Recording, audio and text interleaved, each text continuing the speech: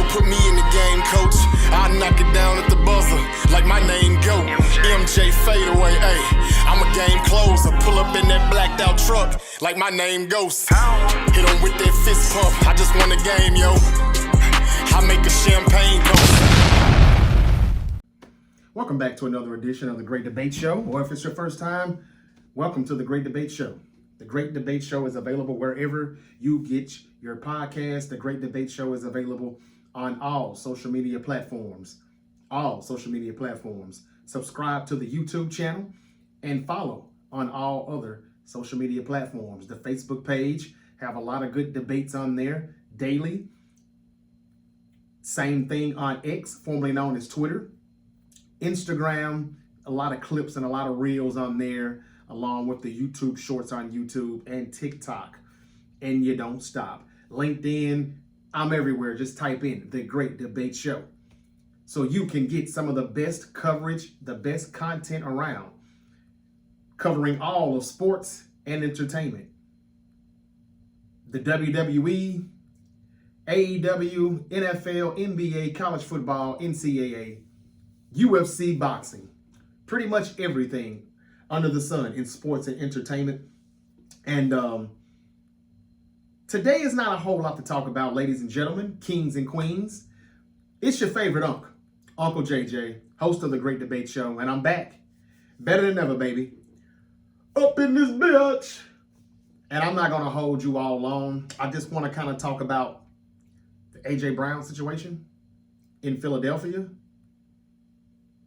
I want to talk about the 49ers just a little bit. I said enough about the Niners last night, so I'm not going to hold you. Now, Thursday, I've got a great episode where I'm going to drop a video and I'm basically going to give you the history of the San Francisco 49ers. And that history is pretty much covering what has happened to the San Francisco 49ers the past 31 seasons.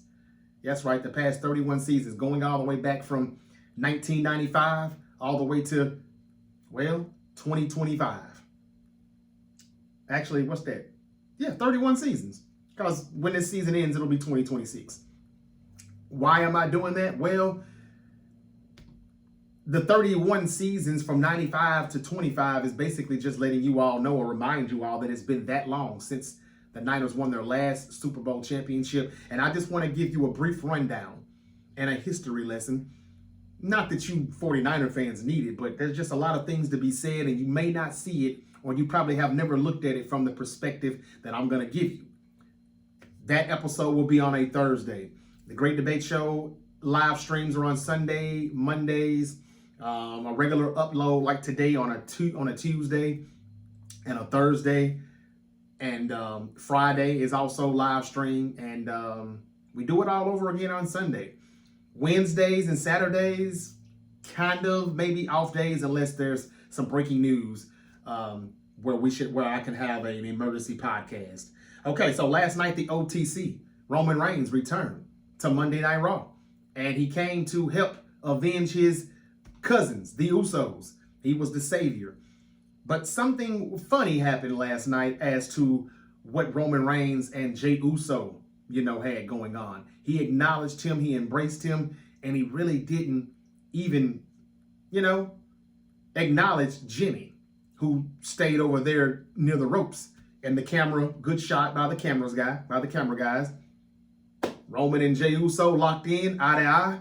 I told you, you take that shit. That's what you do. Ain't nobody gonna give it to you. You take it. Jey Uso's like, yeah, I know. I got you.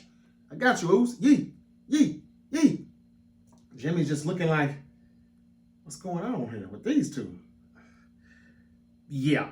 I don't know if Jey Uso's gonna be a tweener or if he's really going all the way full heel. I'm not sure. But either way, something's brewing with those two.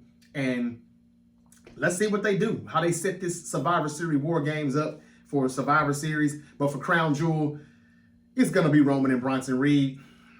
I know nobody really wants to see that. They would prefer, I know you all, from what I'm seeing in the IWC, you all would have preferred Roman to go after Braun Breaker, but I don't think that's going to be the case. They're saving Braun Breaker and they don't want him to take any pins or any losses. So that's just what it is. Braun Breaker is rumored to be in a WrestleMania 42 match with Brock Lesnar. And I don't know what they're going to do with him until then. Probably no solo match, no singles match until then. Maybe that's when they'll break the vision up, somewhere between now and the build to WrestleMania 42. Okay, but I just wanted to touch on that. Nothing else really to talk about. The Vision is already starting to have a few issues with one another. But I talked about most of that last night on the Monday Night Raw post show. The Cincinnati Bengals got spanked last night in Denver to the Denver Broncos. Look, if you're a Broncos fan, respectfully, don't overreact or blow this out of proportion. You had a good win last night, but it was against the Joe Burrow-less Cincinnati Bengals, who are not that good. So I wouldn't overreact. I see a few people just praising Sean Payton. Oh, he has turned this Broncos team around. They're not 4-0. They're not 3-1. I think they're 2-2. And outside of the defense, the offense hadn't looked that good. They played a weak defense last night against the Bengals. But the Cincinnati Bengals are so bad right now, the fans are begging Cincinnati to trade for a quarterback. I told you after Russell Wilson got benched, maybe he should get traded to Cincinnati. Or Jameis Winston. Or Mac Jones. Even though I don't think the Niners are going to accept that trade because Brock Purdy, I'll give you his status in a moment. But the NFL world lists out trade candidates after Jake Browning's Monday Night Football performance, and it was pretty atrocious. And they only scored 3 points on Monday night in Denver, and fans are begging the Bengals to do something, make a trade. Russell Wilson, we'll take him for right now. If we can just be at 500 by the time Joe Burrow comes back in mid-December, if he can still come back in mid-December, they think they still have a chance to get into the postseason. And I do too. But they need a serviceable quarterback, and they're calling for Russell Wilson or Jameis Winston or Kirk Cousins, even though Kirk Cousins is going to be very difficult because the Falcons are wanting the team that acquires them to take up most of that salary cap. The salary that's owed to Kirk Cousins and give up compensation. That's why he's still a Falcon. Let's see how desperate the Cincinnati Bengals are. They don't really have time to wait until the Week 9 trade deadline. Their season could be over with by then. They're now 2-2. They were 2-0 when Burrow went down, and now they've lost 2 straight since he's been out. If they want to start winning some games here, let's see what they do. All right, McDaniel talks the Tyreek injury. Mike McDaniel. The head coach shares an uplifting how uplifting Tyreek Hill was after being carted off. Yet, ladies and gentlemen, that's another ACL tear or some type of dislocated knee. But he also, tore his ACL too. A lot of other ligament damage that's going on. So Tyreek Hill is done for the season, and it could be mid-season before we see him back. This could mean that Tyreek Hill will never quite be the same. He already had probably lost half a step. I wouldn't even probably say a full step, but I don't know. They got to stop playing on turf. I've said that numerous times, and I'll continue to say it. Players are now starting to say it. Former players are starting to tweet it. They got to stop playing on turf.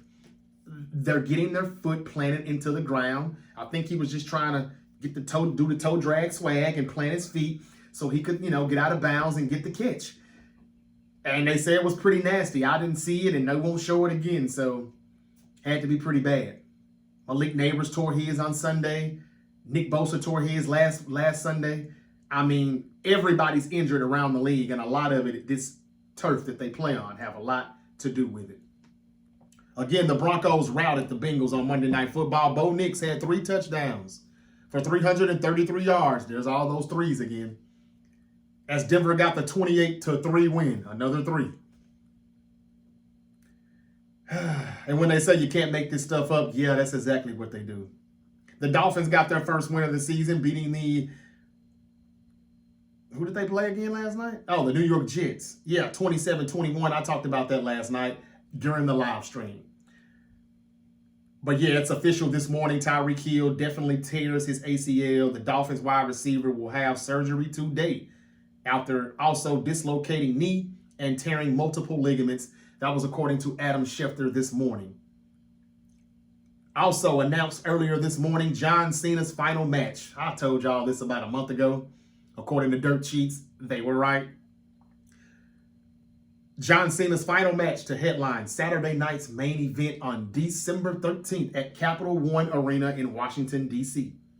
John Cena's final match will headline Saturday night's main event, December 13th at Capital One Arena in Washington, D.C. Who is going to be John Cena's opponent for his final match? I bet you it doesn't end the way Goldberg's ended back in July. I guarantee it. Who's it going to be, though? Will it be Gunther? Will it be Drew McIntyre? Will it be Obafemi? I would like for it to be Obafemi, a young up-and-coming talent that he puts over, and he doesn't need to win like Goldberg did. He doesn't need to win because he's leaving. Let it be somebody that he's earned it. It can be babyface versus babyface, too. It's okay. Somebody where he's earned his respect. This guy's going to be the next man. Thank you. Blah, blah, blah. He's it. Same thing Sami Zayn did to Javon Evans on Friday Night SmackDown. And get out of there. And then take off the sneakers. Take off the wristbands and all of that. And you leave that in the middle of the ring. And you give your thanks to your goodbyes and thanking the crowd and, you know, the universe, the WWE universe and all of that. Who will it be? Anyway, that's it. December 13th, Saturday night main event in Washington, D.C. It's announced. That's Cena's final match, and it will headline the night. Okay. The Vikings hope that JJ can practice. That's JJ McCarthy, quarterback who has been out for the past 2 games. Kevin O'Connell optimistic that the quarterback will get on the field, will get some on-field work this week. He's still dealing with that ankle. You know, it's funny how teams want that quarterback to get healthy when their backup, the replacement, is not playing well. If Carson Wentz went 2-0, they wouldn't be in a rush to get J.J. McCarthy back. I can promise you that.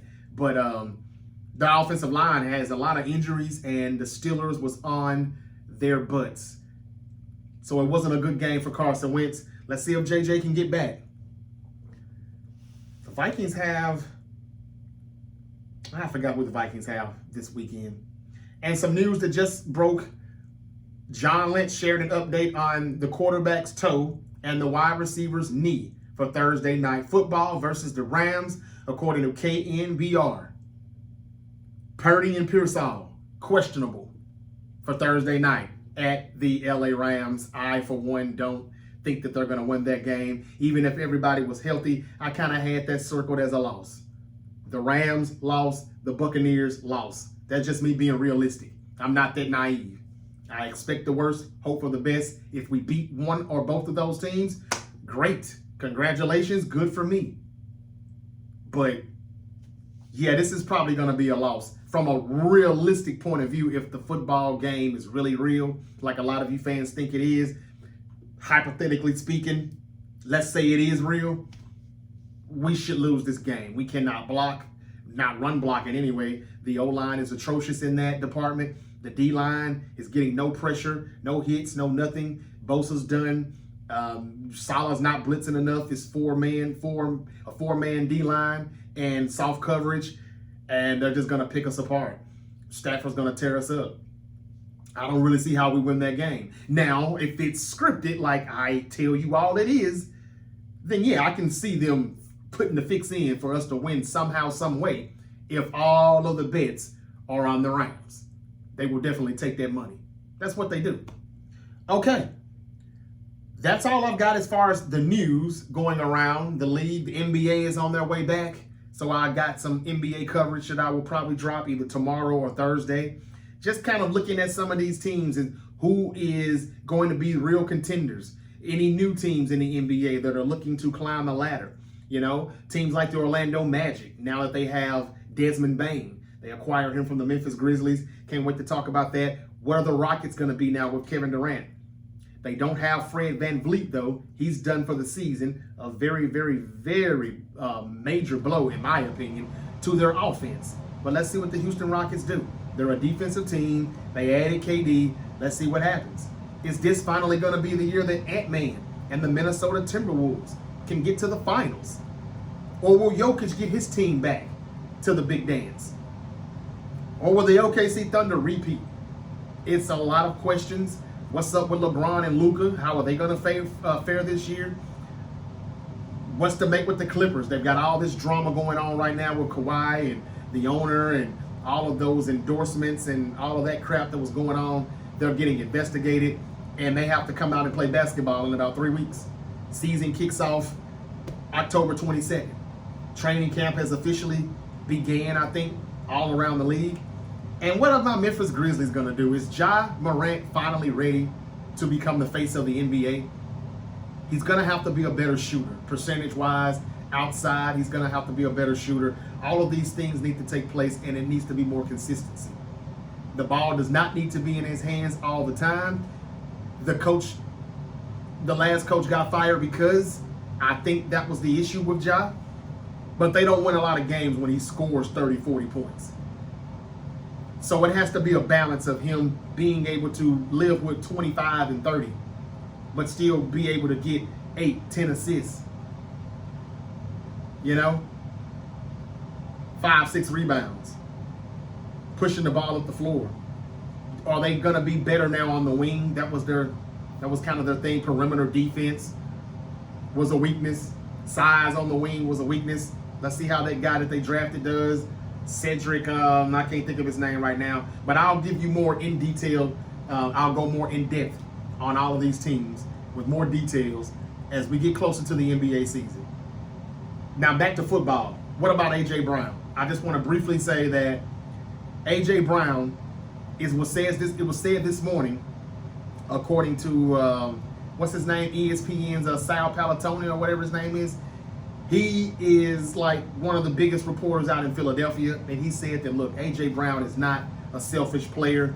I know you think that would be the case because he's a wide receiver, and then most of them are all divas. He says that's not really it. It's just that he's looking at the offense, and he does not want the offense to be what they were in 2023, where they got out to a good start, and then the second half of the season they regressed, and they were one and done in the postseason, lost to that Tampa Bay team that they have had problems with. He would rather it be more like last season, 2024, when they, didn't really get out to the best start. They were like 2-2 after the first four weeks, and they had to kind of, resharpen some things and go back to the woodshed and get some more tools, and then they retooled, reset, and they ended up going all the way to the Super Bowl, and they won it, and that wasn't even a Super Bowl.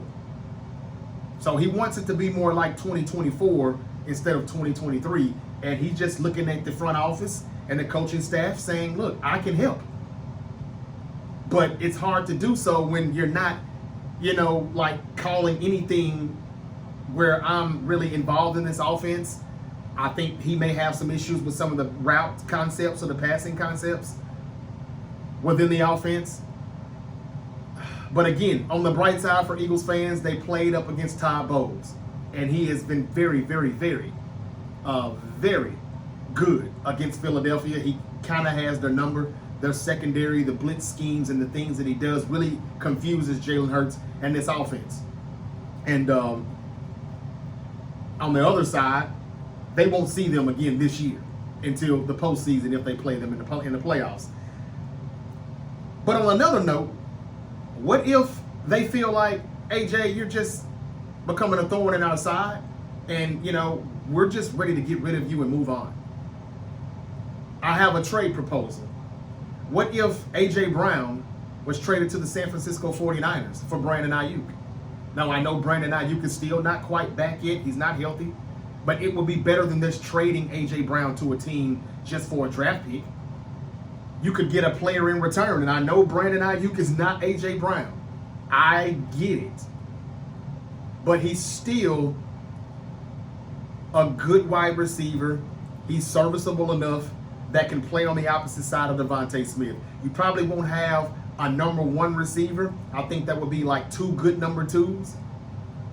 Or maybe like 1A, 1B. I don't know which one would be A. Probably Brandon Aiyuk, though, with his route running ability, his blocking. He can do that just as well as AJ, if not better, when it comes to blocking. But you get something.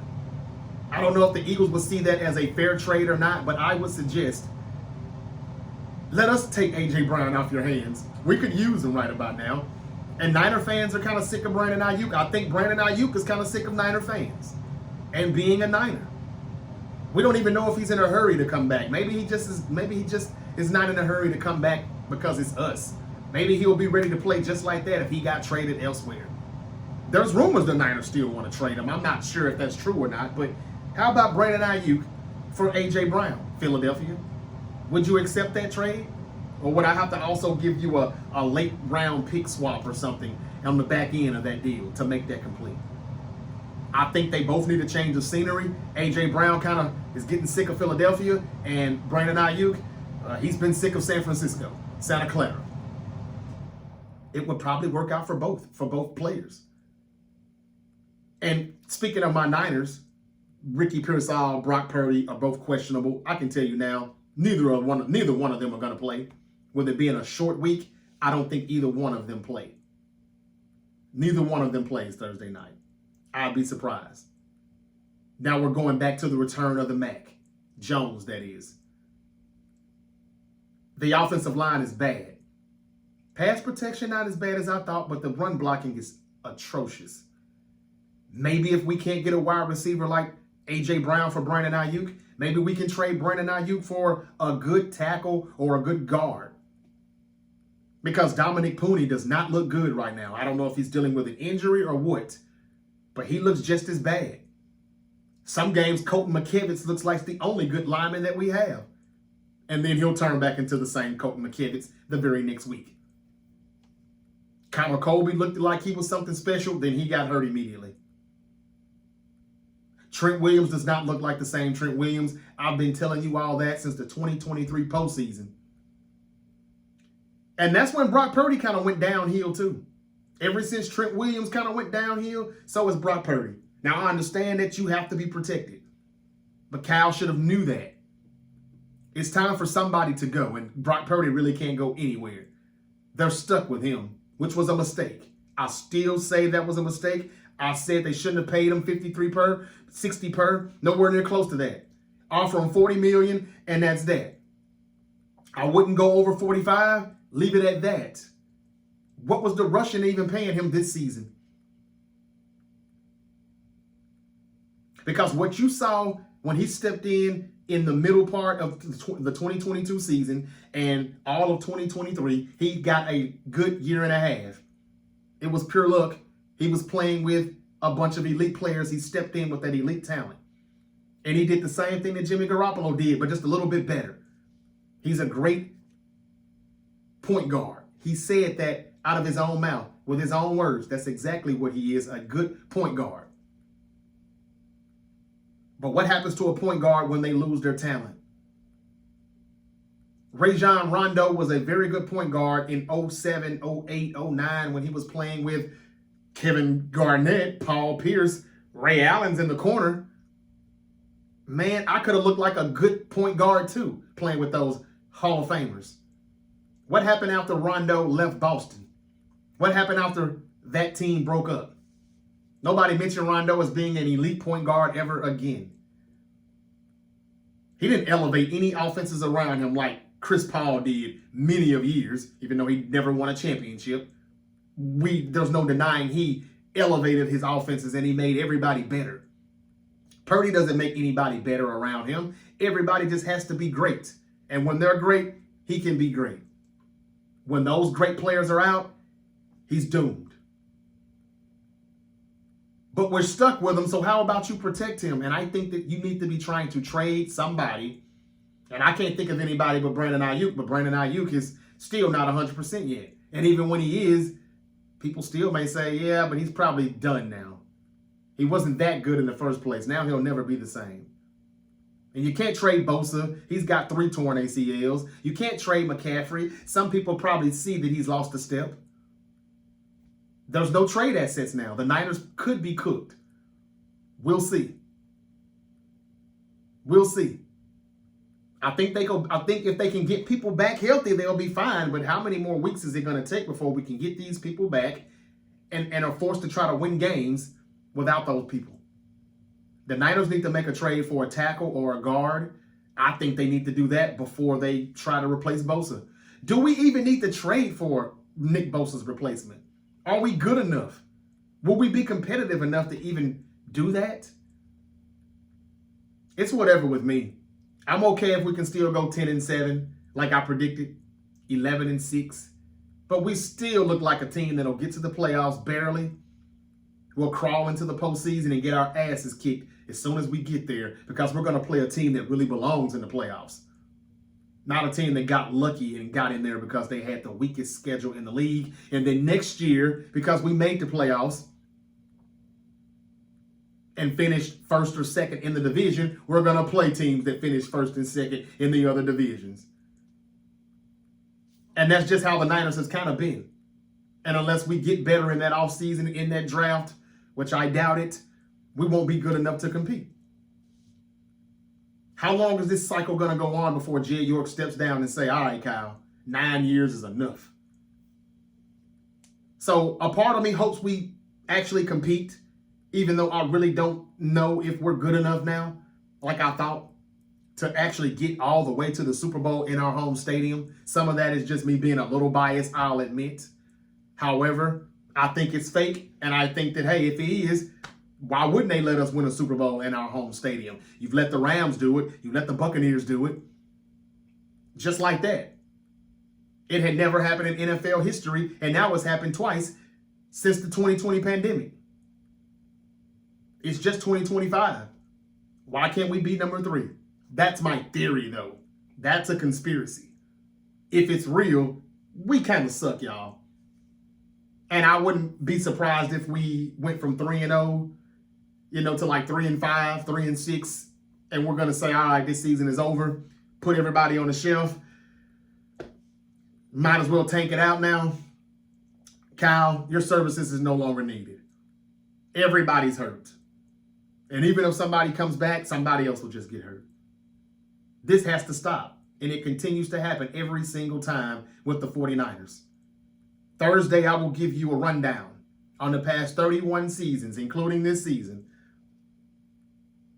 as to why the 49ers have not gotten back to the Super Bowl or have not won another Super Bowl since that 94 season. It's going to be good.